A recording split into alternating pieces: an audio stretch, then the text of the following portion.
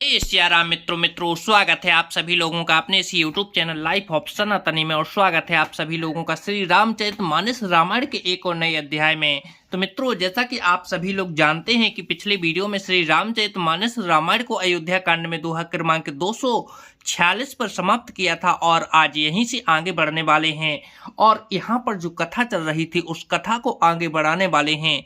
तो मित्रों, वीडियो को लास्ट तक जरूर देखें और यहाँ पर जो श्री रामचरितमानस रामायण की अयोध्या कांड की जो सुंदर सुंदर सी दोहा चौपाइयाँ हैं उनका भी आनंद लें। चलिए मित्रों, तो बिना कुछ देरी के वीडियो में आगे बढ़ते हैं। और वीडियो में आगे बढ़ें उससे पहले हमारा आपसे बस एक ही छोटा सा निवेदन है, यदि आप लोगों ने अभी तक इस यूट्यूब चैनल लाइफ ऑफ सनातनी को सब्सक्राइब नहीं किया है तो नीचे जो सब्सक्राइब का बटन है उसे दबा कर चैनल को सब्सक्राइब कर लें, साथ ही दबा लें बेल आइकन घंटी को।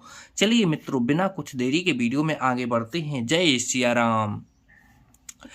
लागे लागे पग सबने सिए, भेंटते अति अनुरागे, हृदय असी सही पैम बसे, रहियों भरी सुहागे। सीता जी सबके पैरों लग लग कर अत्यंत प्रेम से मिल रही हैं और सासुएं स्नेह बस हृदय से आशीर्वाद दे रही हैं कि तुम सुहाग से भरी रहो, अर्थात सुहागवती रहो। बिकल स्नेह सिए सब रानी, बैठे सब ही कहूँ गुरु ज्ञानी। कही जग गति मायक मुनि नाथा, कहे कछुक परिमारथ गाथा। सीता जी और सब रानियां स्नेह के मारे व्याकुल हैं। तब ज्ञानी गुरु के सबको बैठ जाने के लिए कहा। फिर मुनिनाथ वशिष्ठ जी ने जगत की गति को मायक कहकर, अर्थात जगत मायका है, इसमें कुछ भी नृत्य नहीं है, ऐसा कहकर कुछ परमार्थ की कथाएं बातें कहीं।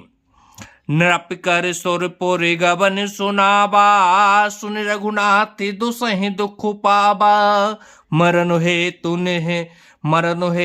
निजो नेहु बिचारी, बे अति बिकल धीर धुर धारी।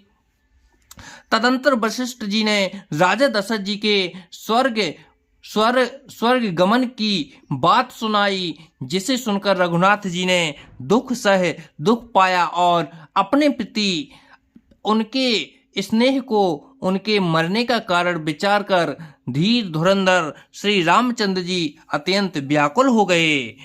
कुलसी कठोर सुनते कठोबानी, बिलप लखन सिय सब रानी। शोक बिकल अति सकल समाजू, मनहु राज अकाजू आजू। बज्जी के समान कठोर कड़वी बाणी सुनकर लक्ष्मण जी, सीता जी और सब रानियां विलाप करने लगीं। सारा समाज शोक से अत्यंत व्याकुल हो गया, मानो राजा आज ही मरे हों। मुनि बर बहुर राम समुझाए, सहित समाज सुसरिते नहाए। व्रतु निरंबुत ही दिन प्रभु कीना, मुनहु कहें जलु काहू न लीन्हा। फिर मुनि श्रेष्ठ वशिष्ठ जी ने श्री रामचंद्र जी को समझाया। तब उन्होंने समाज सहित श्रेष्ठ नदी मंदाकिनी जी में स्नान किया। उस दिन प्रभु श्री रामचंद्र जी ने निर्जल व्रत किया। मुनि वशिष्ठ जी के कहने पर भी किसी ने जल ग्रहण नहीं किया। भोर भय रघुनंदनी, जो मुनि आय सो दीन है। श्रद्धा भक्ति समेत प्रभु, सो सब सादर कीन है। दूसरे दिन सवेरा होने पर मुनि वशिष्ठ जी ने श्री रघुनाथ जी को जो आज्ञा दी वह सब कार्य प्रभु श्री रामचंद्र जी ने श्रद्धा भक्ति सहित आदर के साथ किए। कर पितु क्रिया वेद जसि बरनी, भे पुनीत पातक तम तरनी। जासु नाम पावक अघितूला, सुमृत सकल सुमंगल मूला।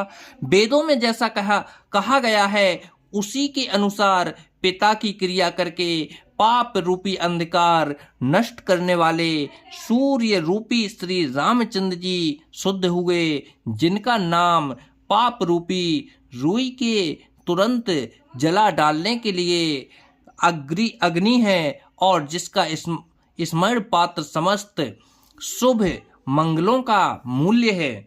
शुद्ध सा भयऊ साधु सम्मत असे तीर्थ आबहन सुर सरी जसे श्रद्ध भय दुई बासन बीते बोले गुरु सनुरामे प्रीते।